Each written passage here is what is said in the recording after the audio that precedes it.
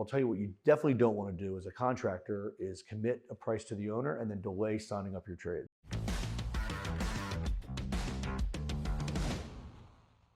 Now, one thing we didn't talk about at the beginning of the year was tariffs, and now we're talking about tariffs. What impact have you seen? It's interesting. After COVID, material less price escalation was was all the rage, right?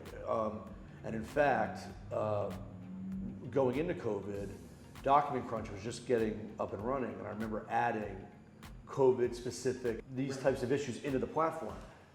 Then it seemed like it wasn't that material prices weren't going up anymore, but the industry seemed to have figured out how to deal with it, right? We were drafting escalation provisions, the trades were learning how to track so that when you sent the claim up to the owner where ultimately that risk should lie, it made sense. Like I felt like it was smoothed out.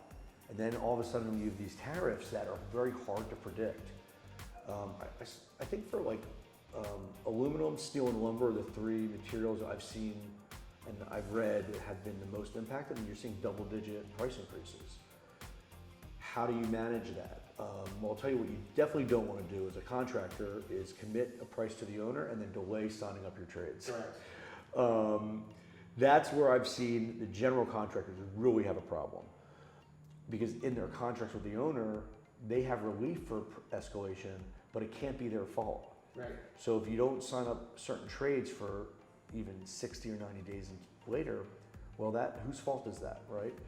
But the real problem is at the trade contractor level, they're committing to a price on day one, and they may not be procuring those materials in a normal circumstance until much later in time.